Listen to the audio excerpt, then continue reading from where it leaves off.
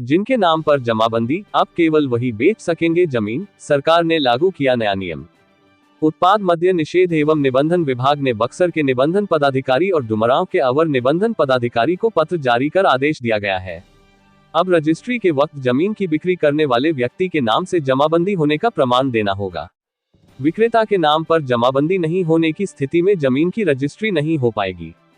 मेरी जमीन किसी और ने बेची दी। किसी ने अपने भाई के हिस्से की जमीन बेच दी, तो किसी ने बहन के, किसी ने चाचा की जमीन ही बेच दी। लेकिन अब ऐसा नहीं होगा।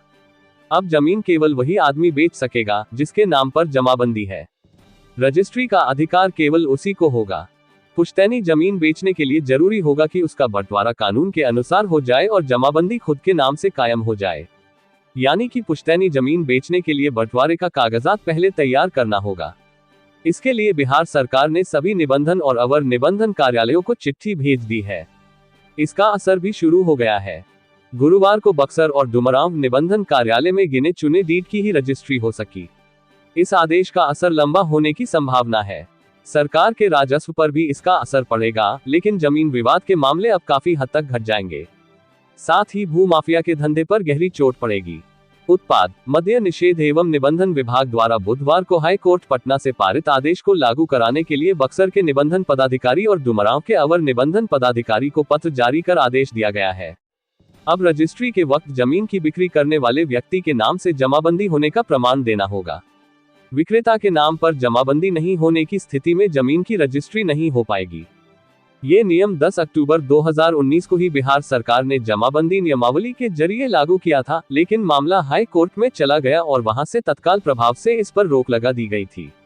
गत सप्ताह हाई कोर्ट द्वारा बिहार सरकार द्वारा 2019 में लागू जमाबंदी नियमावली को वैध ठहराते हुए आदेश जारी किया गया था।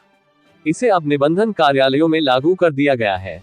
गुरुवार को जिले के दोनों निबंधन कार्यालयों में ही जमाबंदी के आधार पर ही चुनिंदा दस्तावेज की ही रजिस्ट्री हो पाए। कम हो जाएंगे भूमि विवाद के मामले। जमाबंदी नियमावली के लागू होने जाने से अब जमीन विवाद स्वतः कम होने लगेंगे। इसका असर कुछ दिनों में साफ देखने को मिलेगा। इसके पहले पिता, बाबा, दादा के नाम पर दर्ज जमाबंदी की जमीन में अपना हिस्सा बताकर बेरोक टोक जमीन की बिक्री कर दी जाती थी। मारपीट और हत्या जैसे अपराध की भी बड़ी वजह ये था। भू माफिया की अब कमर टूट जाएगी। जमीन रजिस्ट्री में नए जमाबंदी नियमावली लागू हो जाने के बाद भू माफिया की कमर अब टूट जाएगी।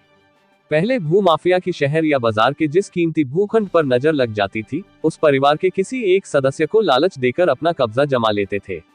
असली मालिक कोर्ट कचहरी में फंसकर रह जाता था या अपराधियों के डर से अपना हक छोड़ देता था।